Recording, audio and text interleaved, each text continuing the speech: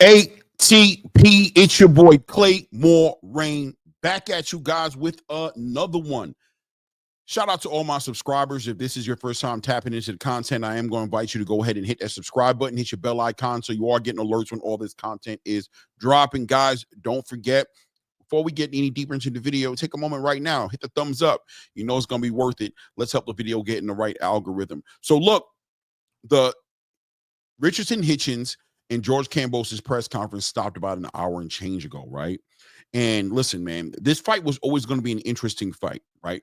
And I told you guys already, Hitchins is in a position right now to do something great with his brand, raise his market value up by showing up on this opportunity at fighting a George Kambosos, somebody who has a whole country behind him, who's had opponents like Vasily Lomachenko, who's beaten the likes of Teofimo Lopez. This gives Richardson Hitchins an opportunity to legitimize his space at the 140-pound weight class division, which I'll be honest with you guys, in my opinion, is a wide open division. I mean, granted, Teofimo Lopez on paper right now does seem to be the biggest star or the biggest fighter or the most accomplished fighter without an argument on that 140-pound weight class roster. He's a WBO champion right now and also a lineal champion in that division.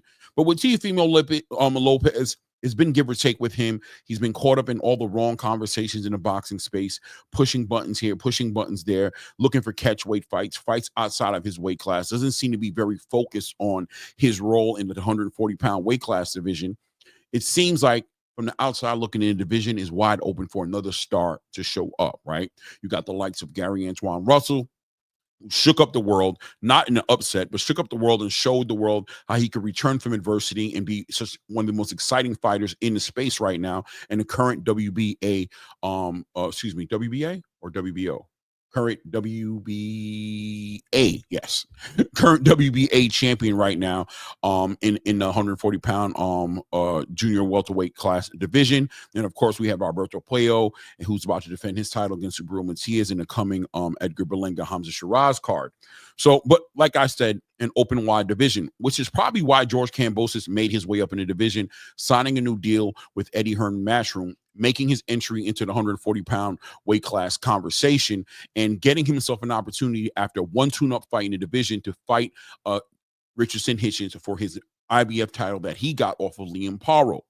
They've been building it up. Richard Hitchison has been building it up, letting the world know that they're going to see something that they haven't seen from him. He plans on introducing wrinkles to his game. He's going to be standing there. He really is motivated to have a dominating performance over George Kambosos. Now, also, we know Richard Hitchins has struggled with this rehydration clause, if not physically, mentally, however you want to look at it. He's communicated to the space that the rehydration clause is not something he's very fond of. He was actually looking for opportunities to either unify to get around that rehydration clause, or before he even got in that IBF title, maybe even get himself in position of fighting the likes of a Devin Haney at the time, who was holding a title that he took off of Regis Prograis. Devin Haney, we know what stories with him, what ended up happening with him. He took a fight with Ryan Garcia, et cetera, et cetera, et cetera.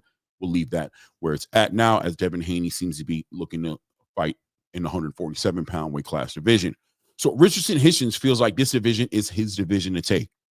He always bolsters himself on his boxing abilities, his acumen, his pedigree, his IQ that he brings to the boxing space. He's shared the ring as far as sparring wise and comrade wise with the likes of Shakur Stevenson and Gervonta Tank Davis. He's worked with Floyd Mayweather before, and if you leave it up to him or the people who've known him, they'll say that he's been eating, sleeping, and the other word, boxing ever since a young ripe age of about 9 years old. He's been living this lifestyle, trying to become who he is today. So this guy, although the boxing space may not be super familiar with Africa, Richardson Hitchins, the reality is that he is a well-rounded fighter.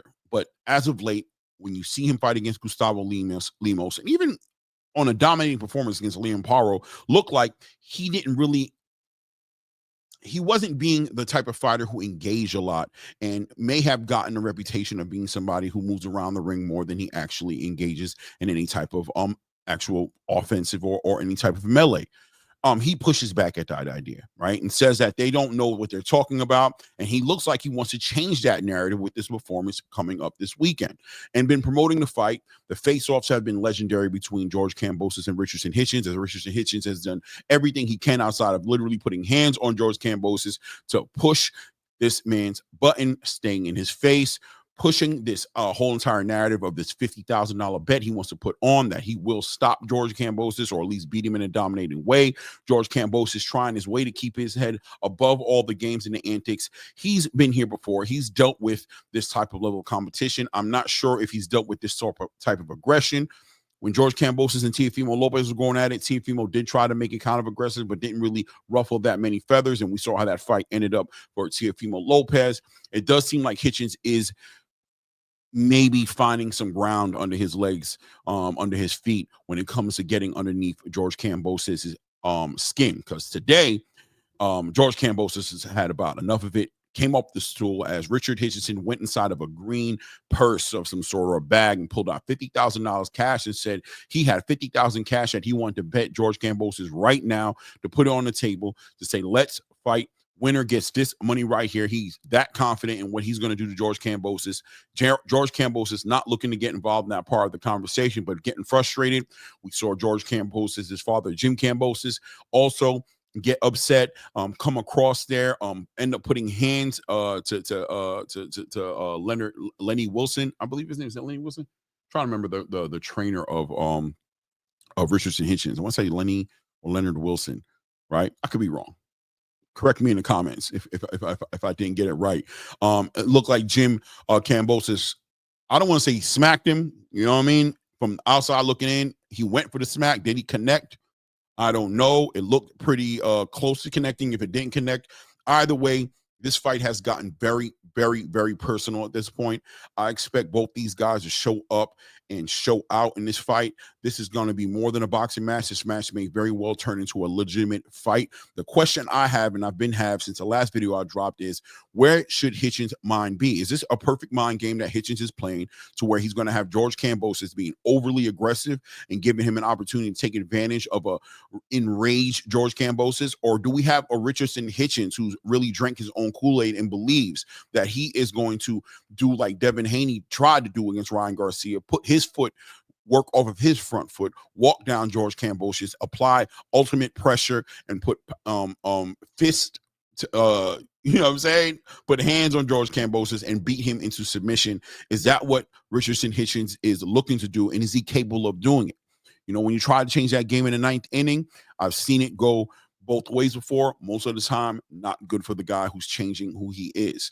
Who Richardson Hitchins is, who I've become familiar with, and I think a lot of boxing fans who watch Richardson Hitchins fight have become familiar with, is a boxer, somebody who stays behind his jab, controls the distance, hit and not get hit.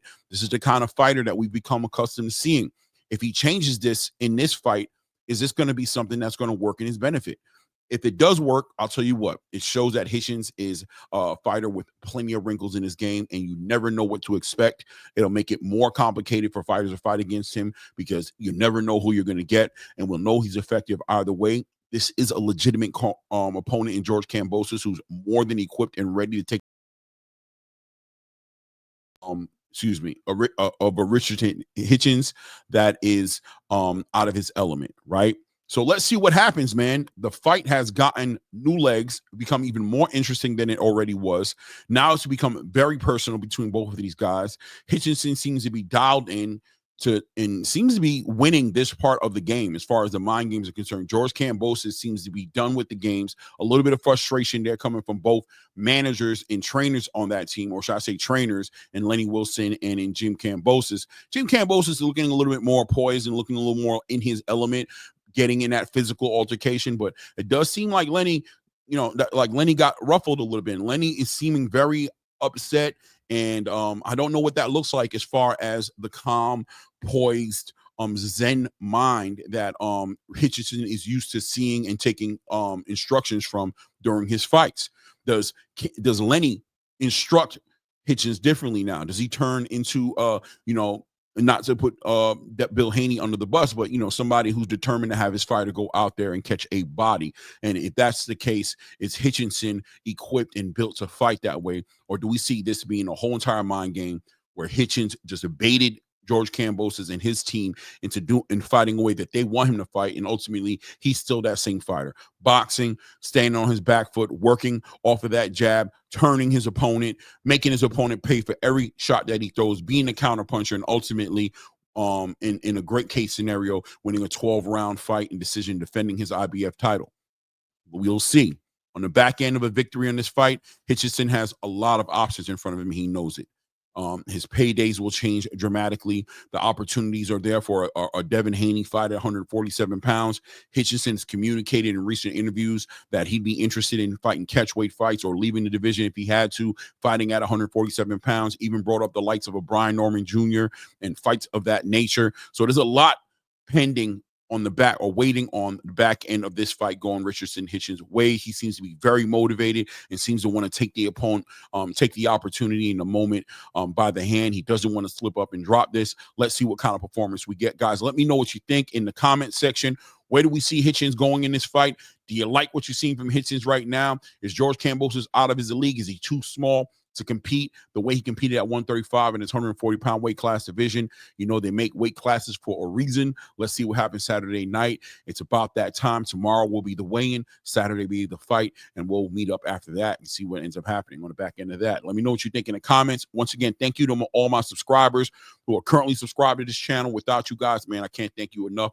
If this is your first time tapping into the content, subscribe to the channel right now. Hit the subscribe button. Hit your bell icon as well so you all get alerts when this content is dropping. And before you leave, guys, smash the like button. Real important. Let's get the video in the algorithm where it needs to be. Until the next one, guys, it's your boy Rain. This is ADCP Combat Media Show. You know how it goes.